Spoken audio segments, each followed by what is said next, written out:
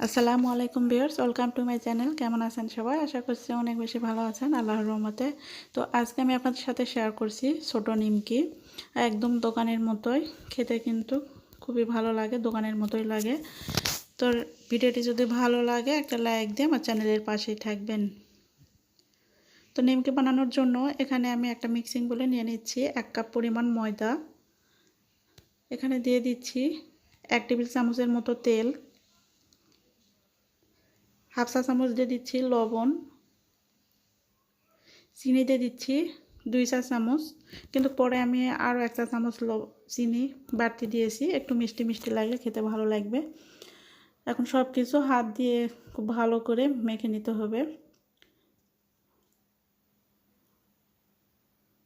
যখন এভাবে মুঠোর মধ্যে নিয়ে দলা পেকে যাবে আর সহজেই ভেঙে যাবে, ঝরঝরে হবে, তখন বুঝতে হবে যে মাখানো হয়ে গেছে। এখন এখানে হাফ কাপ পানি নিয়েছি, একটু একটু করে পানি দিয়ে আমি ডো তৈরি করে নেব। ডোটা কিন্তু বেশ নরম করা যাবে না, একটু টাইট থাকতে হবে। তো আমি অল্প অল্প করে পানি দিয়ে ডোটা বানিয়ে নিচ্ছি, একবারে বেশি পানি দেওয়া যাবে না। তো ডোটা আমি তৈরি করে নিয়েছি, আমার হাফ কাপের অর্ধেক পানি লেগেছে। তো ডোটা খুব ভালো করে মথে নিয়ে এখন এই ডোটা আমি রেস্টে দেব 20 থেকে 25 মিনিটের জন্য। 25 মিনিট পর আমি ফিরে এলাম, ডোটা কিন্তু খুব সুন্দরভাবে সেট হয়েছে। তো এখন এখান থেকে আমি ডোটা 2 ভাগে ভাগ করে নেব। তারপর একটা লেচি নিয়ে আমি রুটির মতো করে বেলে নেব। তো রুটিটা কিন্তু একটু পাতলা করে বানাতে হবে, যদি রুটিটা লেগে যায় তাহলে সামান্য পরিমাণ ময়দা দিয়ে দিতে পারেন, দিয়ে রুটিটা বেলে নিতে পারেন। তো রুটিটা একটু পাতলা করে বেলে নিয়েছি, তারপর ছুরি দিয়ে আমি এভাবে লম্বা করে চিকন চিকন করে কেটে নিচ্ছি। তো নিমকির যেই শেপটা হয় সেই শেপে আমি কেটে নিচ্ছি।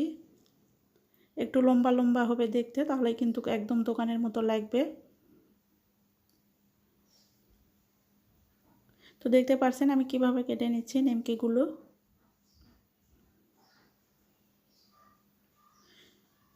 সবগুলো নিমকি আমি একইভাবে তৈরি করে নেব।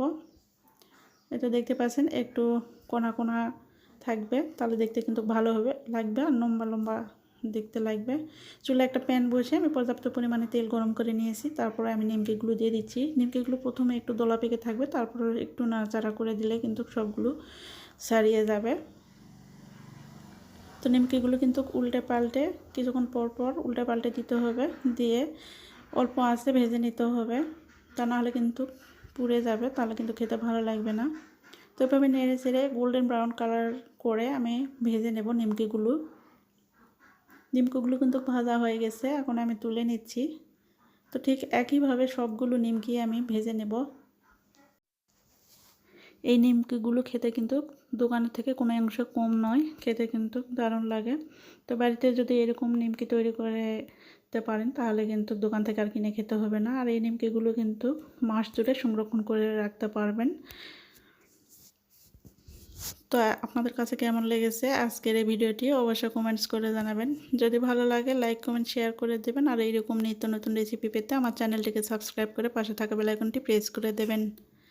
আজকে এখানেই বিদায় নিচ্ছি, সুস্থ থাকবেন, ভালো থাকবেন, আল্লাহ হাফেজ, আসসালামু আলাইকুম।